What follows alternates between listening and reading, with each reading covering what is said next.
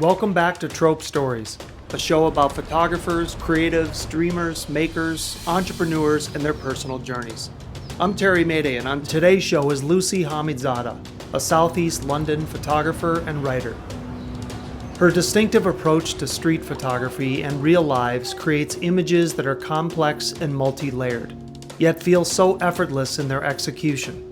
In addition to capturing the image, she is a masterful storyteller, transporting the reader into the intimacy of the moment with empathy and an understanding of the human condition.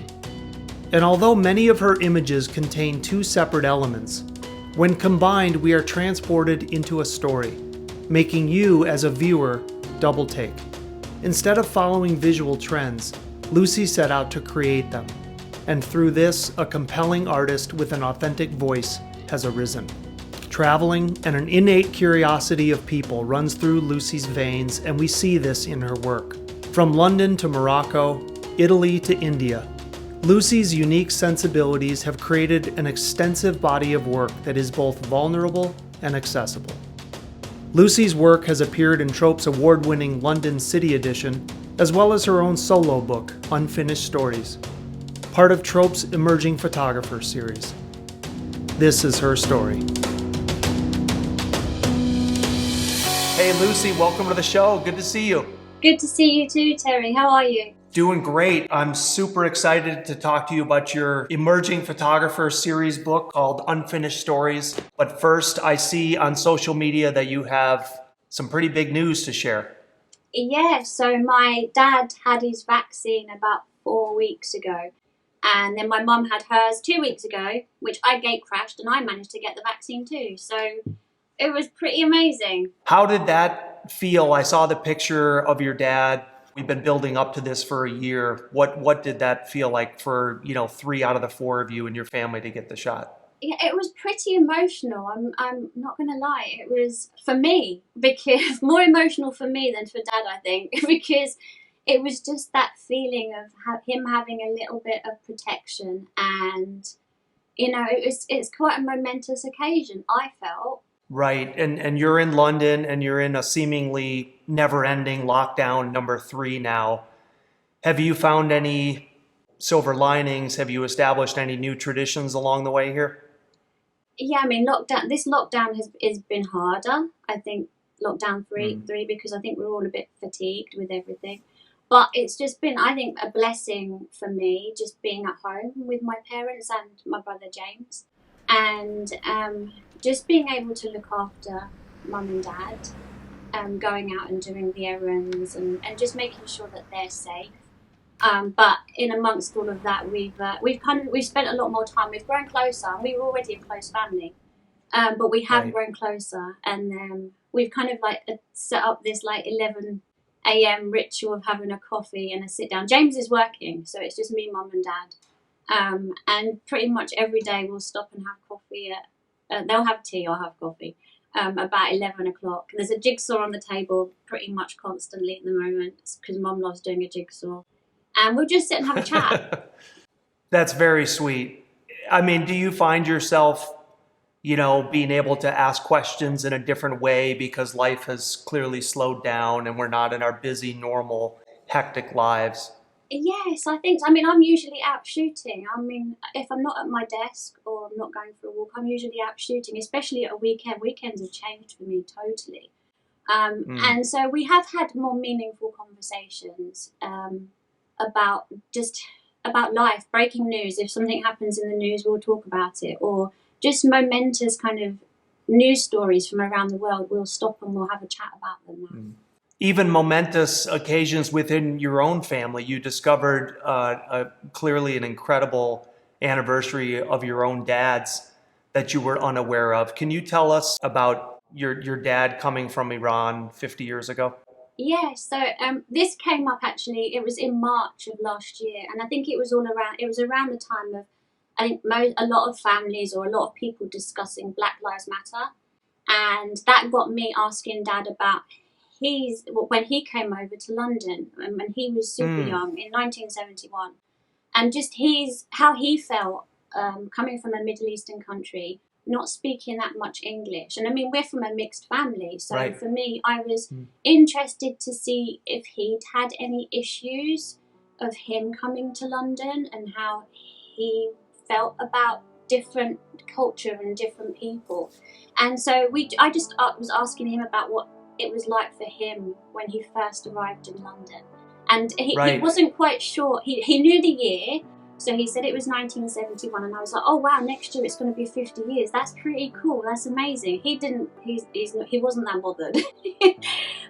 And I said to him, like, what day is it? I feel like we have to mark this occasion. And he's like, I can't remember. It was cold. But then I went digging around and I found his little cigar box that he's got some little memories in, and I found his like landing card or his papers and documents. Wow. And pictures of him, because we don't have any pictures of him when he was a little boy, because his family home in Abadan was destroyed during the war and bombed, so we don't have any photos of him as a baby. And so I found this photo of him. I think he was probably 18 or 19, like silky smooth skin, no beard, because when he came to London, like not long after he'd met my mum, he grew a beard, so he looked very Middle Eastern. So he was like really young looking, so that was pretty cool. So it was the 20th of January 1971 that he came over. Wow, that is a gift to even have discovered that all these years later, and for him to be reminded of those early days. Yeah. So he leaves Iran and he leaves the oil industry behind. He was working in the oil industry in Iran. He pursues or comes to the UK to pursue a healthcare career. What do you know about the early days of your mom and dad, meeting and starting to date? Yeah, so they met nursing. They were both nursing. Mum remembers asking him for an album track from David Essex. And she'd seen my dad around the nursing. She'd seen him around the nursing quarters, and she wasn't quite sure about him at first, but I think she wanted to get to know him. And so that's how they met, in the nursing quarters. And because my dad was, he's Muslim. He's not a practicing Muslim, but my mum is a practicing Christian. So the two of them meeting, I know, caused quite a bit of controversy in the family back then. It seems like, religion continues to be the great unifier, or perhaps even the great divider. 50 years ago, when you think about, the two of them coming together, and all of a sudden each family has their impression of a Muslim and what a Christian is like. And have they shared any of those stories with you? Yes, I know Mum said there was lots of tears when she was talking to her parents and my grandma and granddad about meeting my dad and falling in love with him. And I know it did cause a little bit of friction maybe in the family. But then Mum introduced Dad to my grandma and granddad and her grandma. And my dad's quite easygoing.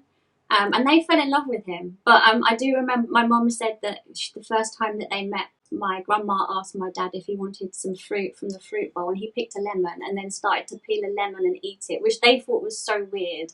And that's one of the I just remember it. Even now, he sometimes has a lemon, or he'll lick a lemon like when it's open, and I'm like, oh. And Mum will be like, oh, I remember when your dad first did that when he first met your grandma and granddad. Wow, he's a very distinguished, unique gentleman. I'll say that. I think that says a lot, though, about, we hope that the world has changed and evolved in regards to acceptance across the world and across all conversations. But I guess it speaks a lot to your mom's family, I think, to accept him with open arms after meeting him for the first time, and putting whatever label aside and then choosing to love him, I think speaks volumes of your family and your family's history, and certainly your mom and dad coming together. It really is a beautiful story. Yeah, I mean, my dad was like the son that they never had, and he never went back to Iran until he was in his 60s, and his mum and dad died long before then. I think the last time he saw his mum and dad was in 1978 when I was born. So my grandma and granddad became his mum and dad for most of his life. And wow. And when my grandma died when I was quite young. But my granddad died about 10 years ago. But towards the end of his life, he came to live with us quite a bit. And my dad was more patient than what my mum was with my granddad, and more than what I was. He became, they had this little bond between the two of them, which is really lovely. Very sweet. So, Lucy, you're in a neighborhood called Lewisham, about a 30-minute train ride from the city center of London or so. And you live with your mom and dad and your lovely brother, James, who we know quite well. I have to say, when we filmed with you in London, and you and your mom and dad and James were so gracious with their hospitality, inviting us in and giving us a little bit of a break from the cold London streets of filming for 14 hours a day and coming in for a delicious meal. Tell us a little bit about the neighborhood. I mean, are you choosing to commute into the city? Are you shooting in Lewisham these days? During some of the earlier lockdowns, I did go into the city a couple of times, but it wasn't the city that I knew. It was just devoid of life. I mean, there were people around, but it just was lifeless. And I love people. I thrive on taking photos of people. So it Right. made me feel sad seeing empty cafes, empty streets. So I just recently, during this last lockdown, I've been into London once, but I've tended to shoot locally in Lewisham, and I love it. I've discovered a new love of my local area. I love just going to the market and just listening to the market traders shout like £1 a bowl and just listening to people. I'll stand at the bus stop and take pictures of people, but being mindful, I'm aware of people. I don't want to get too close. And Right. I'm just very, very aware when I'm shooting now. I'm sure. And that's what I was going to ask you, is how has COVID changed the way that you do shoot? Mm-hmm. It's harder. You've just got to be so mindful of people around you. I don't ever want to upset anybody when I'm shooting. Even before COVID, I didn't want to upset anyone. You don't want to intimidate them. You don't want to make them anxious, because we're all going through this weird headspace and there's nobody around. So if you are near a couple of people, they're going to think, why is this girl standing so close? And I noticed that Right. I was standing behind somebody the other week at a bus stop. They had the most amazing hands, and I was getting closer and he was moving away, and I was thinking, and the more I was getting closer, the more he was just like, what is she doing? Because there was all this Right. space to stand, and I was choosing to stand close to him. Well, there's more space to stand, but there's less distraction, so people are just hyper aware Yeah. of why Yeah. is someone approaching me. So has that influenced, lens choices and things like that to give you more distance? Yeah, so my 55mm lens was it was on my camera all the time. I very rarely take it off, but I've switched to an 85 probably in the summer of last year, because I realised that I couldn't get close to people. So the 85 just allows me to be where I would have stood, but just have, you can get closer to someone. It's transformed the way I'm so happy with that lens now. I don't think I'll take that off for a long time. So let's back up a little bit, even before your photography journey. Let's talk about your first job as an adult in the travel industry, right? Yeah. So I did my work experience actually for a tour operator. And whilst I was there, I was interested in this department called the brochure department. And so they gave me this little job. It was a really, really like a small job of just brochure assistant, and that involved looking at pretty pictures all day. And they were the team that produced holiday brochures. Over the years, I became more involved in the department, and by the time I left, I was senior content creator, because we had the addition of the web, and so brochures weren't as important, even though they were still very important.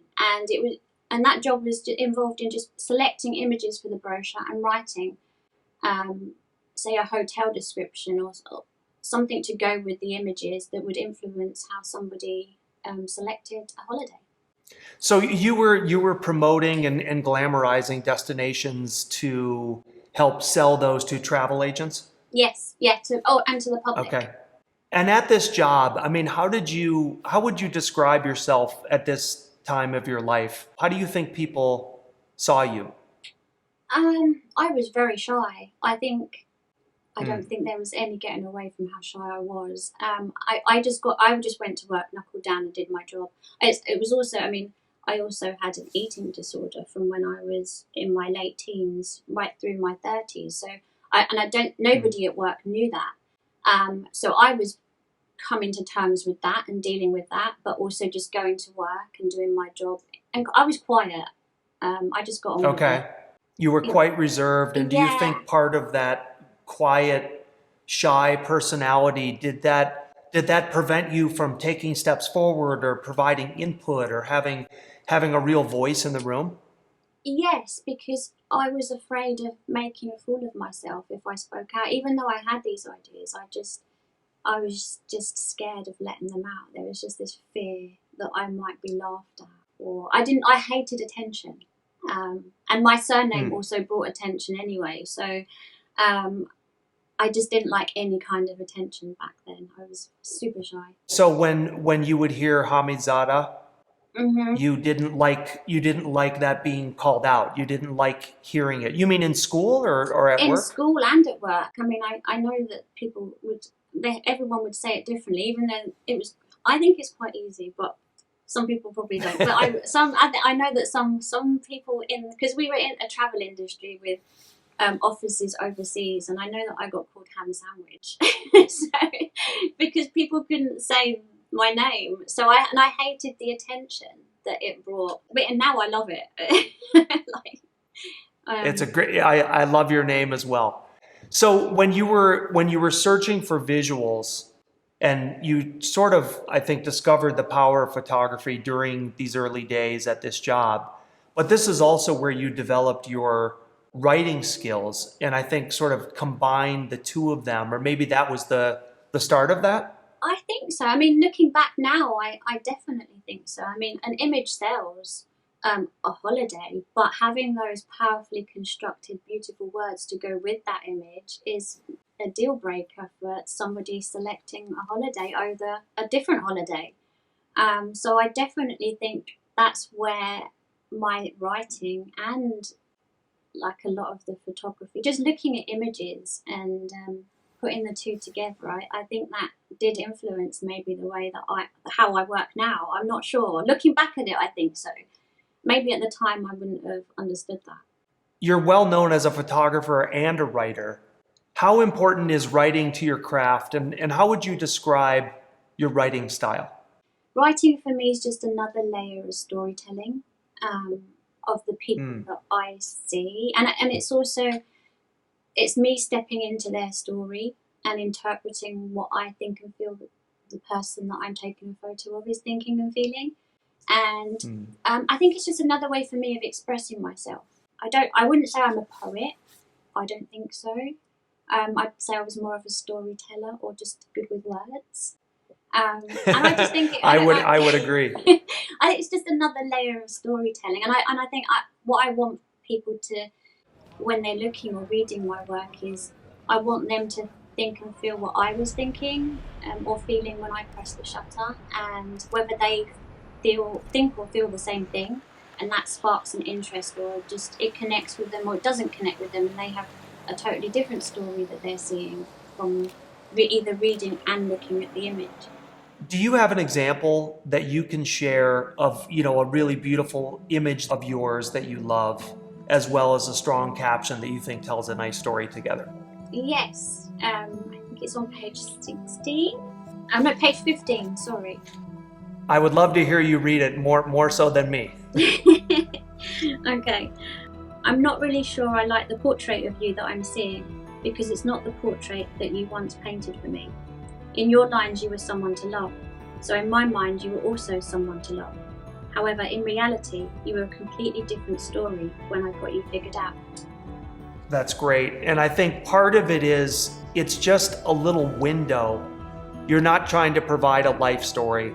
You're trying to just give a little bit of an angle, a little bit perhaps even romantic idea of what somebody is thinking. Yeah. Is that right? Yeah. And I think as well, like each one of us will use our past experiences when we're going to interpret an image, and then I think we'll interpret into emotions and then into words.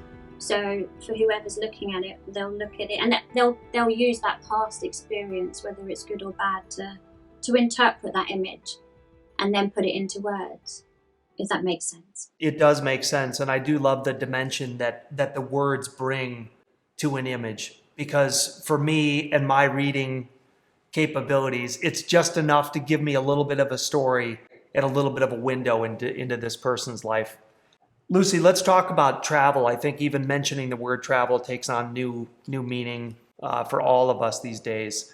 Mm-hmm. What do you remember about when you first started traveling and you started to develop this artistic, creative eye, and you're able to look at the world and capture the world in a new way, and you had your camera on the streets with you in Italy or Porto or wherever you were? What do you remember about those first few trips that you started to take? Yeah, I mean, for me, especially solo, I love solo travel. For me, that was just a whole different way of seeing the world just on my own. And again, being shy, going on my first solo trip is a big thing for me. And For sure. yeah, just, I don't know, there's just this freedom of going somewhere that you don't know with your camera, somewhere that, you know, is not familiar. And I love that moment being on the plane and just, you don't know what you're going to find when you land. And it's just the freedom, and you feel like you're just a small part of something much bigger. And just everything's just heightened when you travel, like the smells, the sound, the people. Yes, I agree. And I miss that. I miss it so much. Oh, I know. I miss it dearly as well. And I think it's interesting to think about you going by yourself. I mean, I think the security blanket of having a friend or someone that you could travel with would help you make decisions and bounce ideas off of. But you chose to go by yourself on purpose. I mean, why did you do that? I think, again, that was just a confidence. When I'm with someone else, I'll let them make the decisions. And when I'm on my own, I'm the only one that has to make those decisions of getting from A to B. And That's a great point. It was just the confidence for me. On my first trip, I went to somewhere that I'd already been to with my mum years ago. So it felt familiar. And I just remember that feeling of just being free to do whatever I wanted on my own terms, going for sunrise, getting up early, eating ice cream all day if I wanted to, going to bed at 6 p.m. if I wanted to, so I could get up for sunrise. And no one was telling me what to do, there was no places that, you know, no constrictions on where I was going and what I was doing. It was just me free to walk and do whatever I want, and I just loved it. And I went on my first trip. I think it was maybe in like April time. And then as soon as I came back from that, I booked 2 more trips in the same year on my own, just because I loved it. It was that feeling. It was liberating, and it still is liberating. And I learned something about myself every time I go away on my own. Yes, and lots of epic travel stories involve food and amazing locations. And one of your epic travel stories involves a climb to the top of a mountain in Edinburgh. Can you share that story? Yes, and I wasn't even my own for this one, so I blame being with somebody else. There you go. Exactly. And I'm calling it a mountain because it felt like a mountain. So me and my friend Andrew, we went to Edinburgh for a couple of days. And it was you know what, it was the same day, that 20th of January, so it's the same day my dad came to England so many years ago that I went up a mountain. I know, it's so weird, it's spooky. So my friend, we went up to Arthur's Seat, and it's a hill. It's not even a mountain, but it's a mountain to me. And it was a bit icy, and we got so close to the top, and I just took a wrong footing. We put our cameras away, luckily, about 5 minutes before the major incident, and I just slipped and smashed my left shoulder. and broke it really badly. If anyone was going to break anything badly, it was me. And I had to be mountain rescued down from this mountain. And I'm laughing, it's not even funny. No, it's not that funny. Very painful, actually, because you still have a plate in there now, don't you? Yes, yep. I thought I'm better on flat ground and with people and not scenery. There you have it. See, but like you said, you learn something about yourself every time, right? Exactly, yep, totally. Lucy, before we jump into the book, I want to include a couple questions that came in from Instagram. This first one comes from fellow photographer Bal Batla, aka Mr. Whisper, of course, who asks, what inspires your work? Yeah, I'm people. I've got this innate fascination of people, and how we interact with each other, how we interact with, or how we are when we're on our own. It's just the curiosity of people, just how we're all so different, and we've all got a story, whether it's good, bad, happy, sad, and a good photo is just a part of, taking a picture and of that story. It's just a little part of somebody's story. So yeah, people. No doubt. The second question comes from Chris Holmes, also known as Brixton Pistol, who asks, what technique did you practice most to be able to get such candid, genuine images? Again, I'm going to say that linked in with Bal's question. It's a really good question.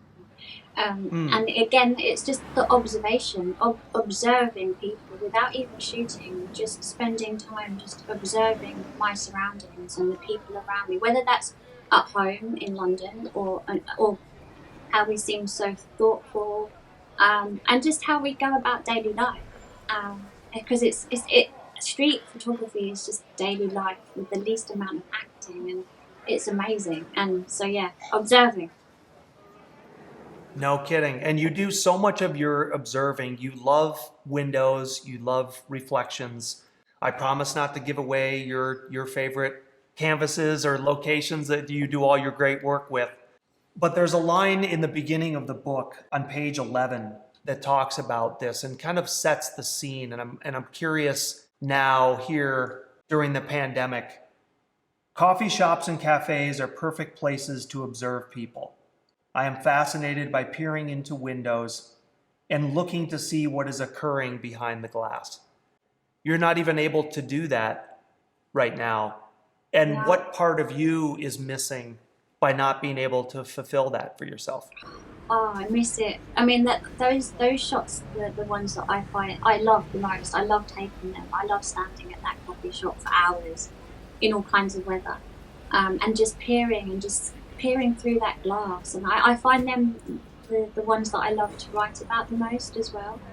There's one particular window that I go to all the time. If I'm in London, it's the one place that I'll go back to, and especially I went back to it after I'd done my shoulder just to see if I could take a photo still because I wasn't sure.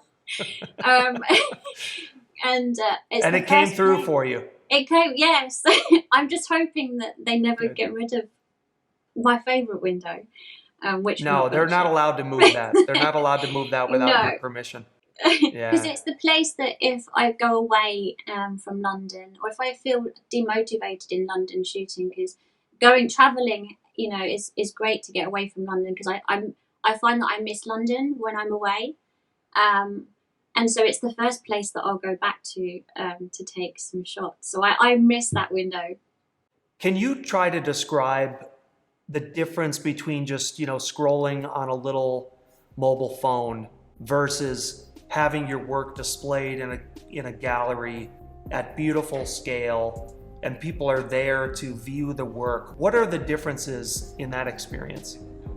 I think you spend more time looking at something that is been printed, or you'll spend more time flicking through a book, or you'll go back to an image in a book, or if you've got it printed out, rather than scrolling, because scrolling and I don't think you don't tend to look at an image on your phone for as long as you do if it was in a book. It's longer lasting, I think, and it leaves more of an impression. I want to talk about just the approach and the technique. I'm curious how you get the reflection shots. Is this all in camera? Are there editing techniques that you bring in as part of it? It's all in camera, so it's just one shot of the Wow. person walking past. All of the layers are captured in camera. All of Yes, that texture is in camera. yeah. I wouldn't know how Wow. to do it in Photoshop, so Then that's going to mean that you're hanging out these windows for quite some time to get the right yeah. mix of people Mhm. passing and crossing and Yeah, the right layers, right? yeah, and the right kind of light. So if it's too sunny, I know that it's not worth it. So yeah, it's a lot of time. Let's jump into page 16. Speaking of a beautiful window shot with great texture and layers. This is a great image here, and I want to read the short caption here, Lucy. Hmm. Do you remember when we watched the sunset? You hugged me so tight you would never let me go. Now it's all just a memory. So who was saying that? I'm me. I think sometimes with my work, it's what I think the person is feeling or thinking. But in this one, it was me. I remember feeling quite sad when I was taking this picture of this lady, and I thought she was looking at, or she was remembering something. It's like she's looking for a memory with the guy walking past. She was just, to me, she stepped into his story and he stepped into hers, and I'm stepping into both of them. On page 21, Lucy, another great example of powerful image and a really nice, poignant caption. Would you mind just reading the words and then describing the photograph? Yeah. It's been months since I last felt your touch, but it feels like it was only yesterday. I remember the way you looked into my eyes and the way you whispered goodbye. So with her, I just felt like she was looking back at the man that was walking past, and he was saying goodbye. But at one point, he did look into her eyes. So a bit of a romantic kind of feel. Moving ahead to page 50, this is just a striking image of this woman, and I want to read the words on the opposite page. Just a random moment, a daily situation which quite often remains unseen. I want to feel close to the person in front of the camera, but in an intimate way. So, where are you, and how did you capture this shot? Yeah, so this shot was taken in Granada in Spain. Okay. And so this was, I think this was the Moorish Quarter, and it's like a market street. And I was stood next to the guy that you can see, and he was on his phone. So I was kind of, I thought I was hiding. And I saw this girl, and she was having a little mini photo shoot with her friend, but the light was just beautiful, and I think she's looking at me. And the smoke, and I it think just, you were trying to hide, but I think she found you. I think she spotted me. Even though the man's hand is up looking at his phone, she's like looking straight through. Turning over to page 54, I love the expression on this little dude's face. Yeah. So this was on a train, just as the doors were closing. You're peering in, and you're not on the train. Mm-hmm. You're on the platform at the tube station. Yeah. But who knows? Seconds later, those doors close, and that moment's gone. Yeah. To me, that shows right away that you have to be patient and wait for the moment, but then you have to be decisive in the moment. Yeah, and I think almost observing the whole time, just always looking, and sometimes just anticipating maybe what's going to happen. Right, exactly. And just I walk hoping around, that something's going to happen. Yeah, I walk around with my finger on the shutter like all the time, even if I'm just walking down the street. Usually, my hand's just resting. So yes, I'm ready. So sometimes, sometimes it's anticipating what's going to happen if you see someone that's interesting. There's another great example of exactly what we're talking about on pages 60 and 61. If you're saying that you're always ready, to me, the image on the left on page 60, it's a nice, pleasant conversation, but it is anticipation. Mm-hmm. That's not the moment. No. But then we get to page 61.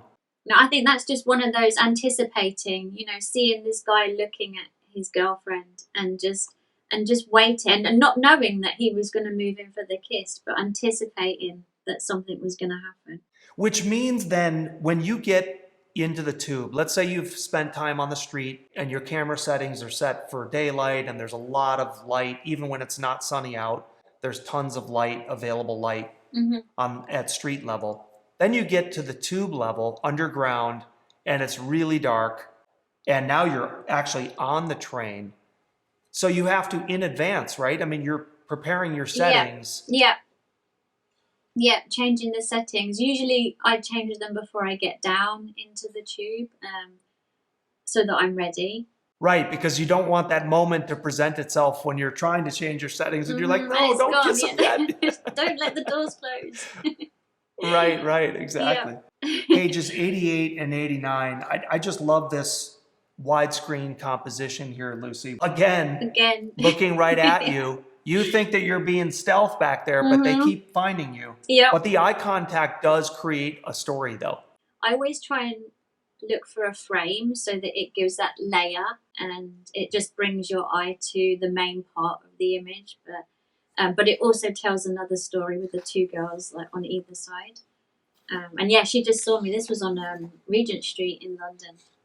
On page 97, there's, again, a great example of a really powerful image with some great verbiage that sets it up. Can you read the words for us and then just tell us the story of this image? Yeah. Every nanosecond of every day, all over the world, stories are being played out in front of us, all going untold. But are they? When your imagination takes over, you can put yourself behind the camera and imagine the scene. So this image was in Rome.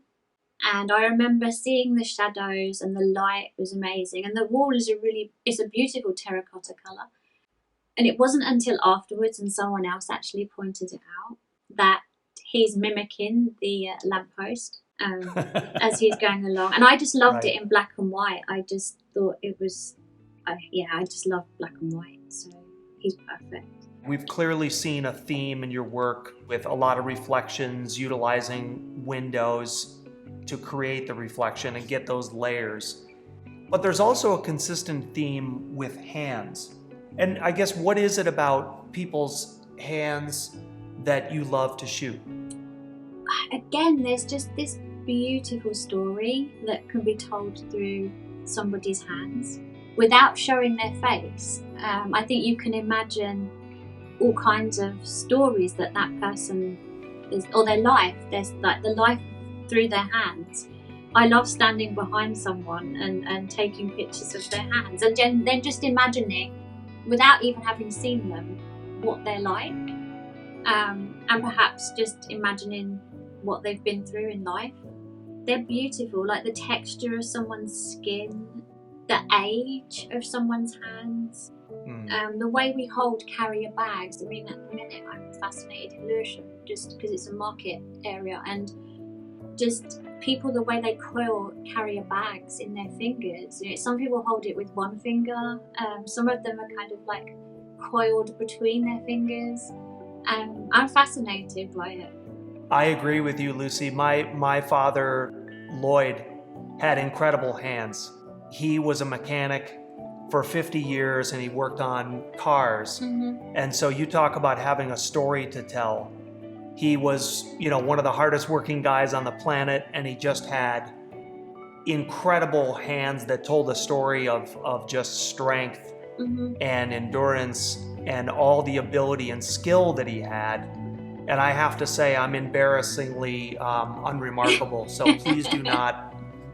You can skip my hands, that's for sure. Page 100 is a pretty striking image, not only just for the color, but of course this gentleman's face.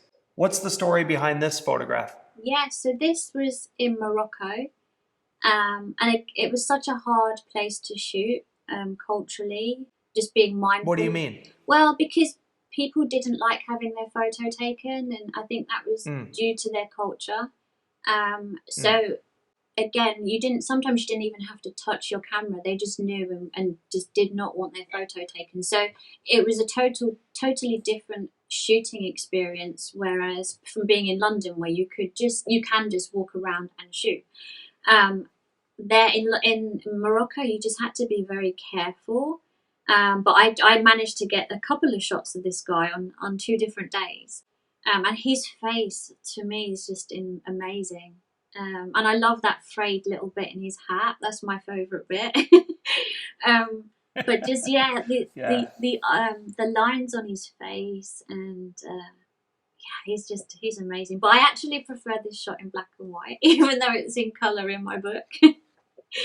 Well, I was going to ask you that because so much of your work is black and white, which is stunning. Did this just feel better in color just because of the place that you were, that there's so much color in this image? Yes, I think with someone like Morocco and somewhere like India as well, I think you have to put the images into color because they are so vibrant. But I love black and white for this nostalgic feel, and sometimes I think it just takes away that distraction and draws you into the person more. Interesting.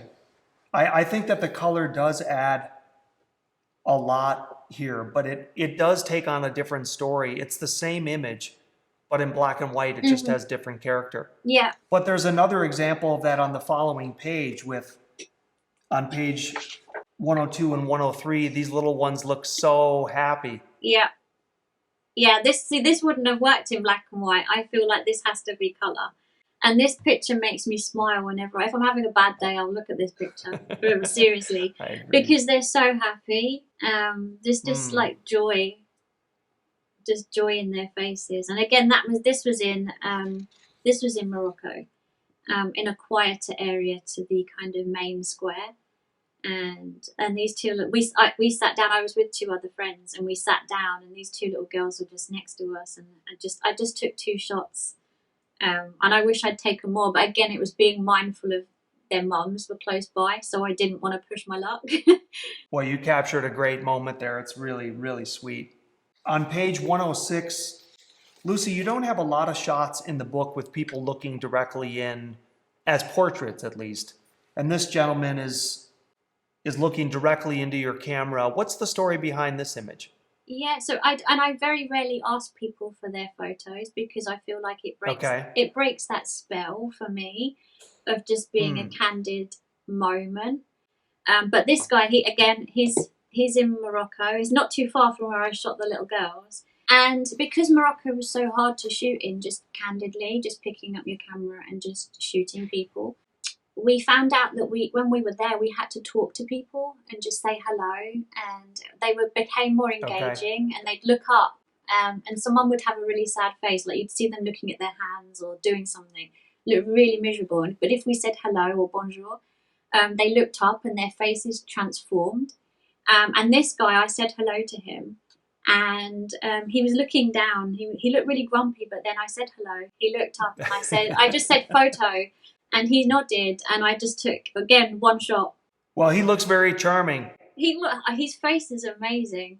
Again, there's just so much character. But you being friendly opened that door for that quick interaction, and I think that makes all the difference. Rather than trying to just be anonymous and take photos of people and make them feel uncomfortable. Yeah. That helped create a quick connection for you. Yeah. Yeah. On page 111. It's a shot of some incredible hands here, Lucy. Can you read this caption for us and tell us the story about these hands? Yes. He noticed me, then asked, "Why do you take photos?" "To empty my head and make sense of the world around me," I replied. And that's actually that was a conversation that me and this guy had, because he saw me taking really? photos. Yeah, so he saw me taking photos and said, "Why?" And I replied, "To empty my head and make sense of the world around me." Yeah, and we had a conversation afterwards. So we sat and chatted afterwards just about life. See, and those are the benefits of travel, right? Yeah. On page 118, I'm trying to figure out if this woman is upset with you, or is she upset with her spouse that she kind of just let walk ahead of her. What's the story here? Yeah, so this was in Catania, in Sicily, and I was with Okay. James, and we'd been walking for hours. I'd made him walk for hours, and I wasn't even consciously taking a photo of her. I just picked up my camera from, again, having my hand on the shutter, and it was like she knew, and she turned back and just gave me this look. And I like to think that that's her husband walking off, that he's had enough. But I feel Maybe like she had enough of him. maybe I feel like this. You're transported back to like years ago. It wasn't taken just a couple of years ago. I feel like you've been transported back to, I don't know, at least 10 or 15 years ago. There's just something really old about it. I agree. It does look older than it is, that's for sure. On pages 124 and 125, Lucy, there's just stunning light and shadow, of course, but I feel like I can hear voices and I can hear bicycles, and there is a certain intensity to this photo, that's for sure, but in the best way. Yeah, again, Morocco in the main square.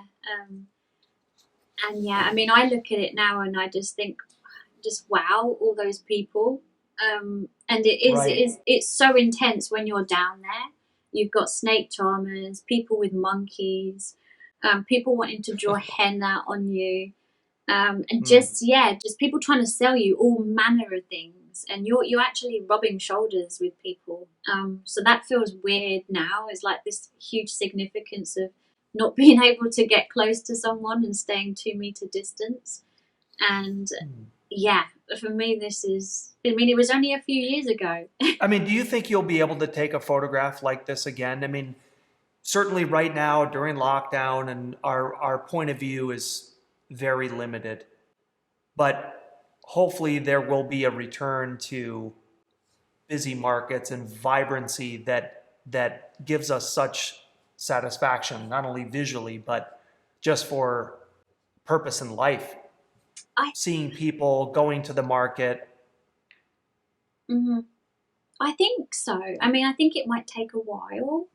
I mean, I can't Mhm. imagine this square devoid of life like how London is right now, because people sleep on these streets. Um, and it was never ever quiet. So I can't imagine this main square with no one in it. And so yeah, I hope we do get back to something like this again. I mean, you just brought up an interesting point. This square with no people is just a square, and honestly, it's very similar to all of the window shots and the reflections that you shoot. These coffee shops, even if they're famous locations, and in some cases they are, they're destinations for tourists and for locals to go and have a remarkable cup of coffee.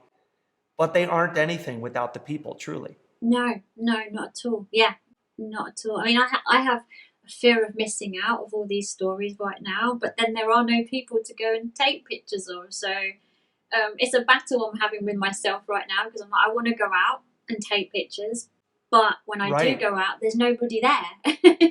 And there's no satisfaction for you in terms of shooting a reflection, let's say, or going to a similar location and seeing it empty, or looking into the coffee shop and seeing it empty. Is it just too sad? It is sad, yeah. Yeah, for me it is sad. It's my own reflection looking back at me. It's good for a selfie, but it's not really a story.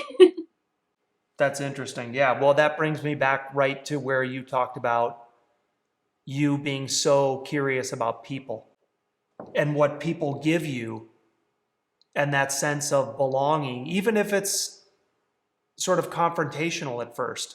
You're able to say hello. Would it be okay if I took a photograph of you? And that's an incredible experience that right now we're not able to have, Yeah, and we keep dreaming about, and it's yeah, hopefully sooner than later. yeah, yeah, no, totally. Lucy, on page 135, I'm pretty sure there's a story here. Oh yeah, I love this man. I used to see him a lot. just going to have a coffee and smoke a cigarette.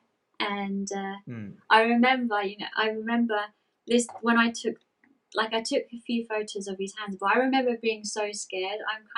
And I can actually see myself now just like edging closer and closer. Right. Because I think it was quite early on when I was taking pictures of people's hands and being close to people. And I remember just like pretending there was something wrong with my camera and just kind of edging and edging. And I just took some photos, and I just was so curious with these tattoos. And I took a picture of his face, but I'm never going to share it because I just love the mystery of just seeing his hands. And I haven't seen him. So I used to see him quite a bit. And I know the people in the coffee shop used to see him quite a bit as well because I've shown them the photos of his hands. And we haven't seen him. So I feel like he's definitely an unfinished story that who knows, that I might see or I might not. I love how you use the word mystery because I think there is intrigue by not seeing the whole person. You could clearly have backed up and shown his entire body, his face, but I think through cropping with the image, you're only seeing part of the story, and there's actually more intrigue there than seeing the full figure. Yeah, yeah. And just wondering about why he has love and amen and the tattoos he has on his hands. Well done, Lucy. Congratulations. Your book is absolutely beautiful. And I guess I would ask a question just in terms of photography. What does it mean to you now that you've had a chance to kind of reflect and talk about the book again? What does photography mean to you and your life? Yeah, it's a best friend, I think. It's something that's mine. I think everybody needs something that is theirs to own. And photography is, it makes me happy. I do it for me, and it's a satisfying kind of feeling to just be able to pick up my camera and to be on my own. And it makes sense for me. It helps me to make sense of the world around me, and the people around me, and also myself. I think as my work grew, I grew as a person. And being able to take these photos and make sense of the world around me, I was making sense of myself and learning to understand who I was as a person. I think about how you described yourself as a young girl, as a young woman, in search of confidence.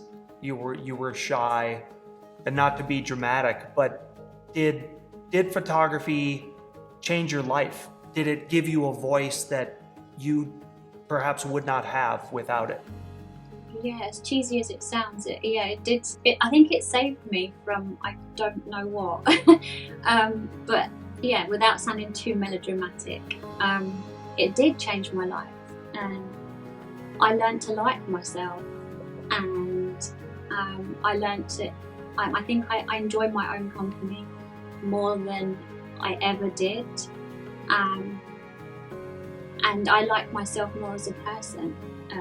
A lot more now that I do have photography and I am able to own it. Are you surprised at all by who you are now? I mean, you're speaking in front of groups, you've made presentations to Sony and to other universities and photography schools across London and across the world with global audiences viewing. Are you surprised at your ability now to communicate and share your thoughts? Yeah, I mean, I still have times, Terry, when I'm like, did I do that? Like, did I just do that? Because the Lucy before wouldn't have. She would have hid in the ladies' toilet to get away from any kind of presenting. And that's no lie. I hid under the table, definitely. I would shy away from any kind of, even presenting to my own work colleagues. I remember I didn't want to do it because, and they were people I knew. So yeah, I'm so surprised of the person I am now, and I think it was just finding something that I enjoyed, that made me giddy, sort of giddy with excitement, and to go out and do for myself, and to own it, to own my own story. Lucy, it's been great catching up with you today. I really appreciate your time and sharing all of your beautiful work and beautiful words, as well as thoughts and inspiration with us. Until we can travel again, which I can tell you London will be at the top of our list. I can't wait to see you in person again. Please tell your family hello. From our Trope family to you, we wish you all the best. Oh, thank you, Terry, and take care. See you soon. Bye.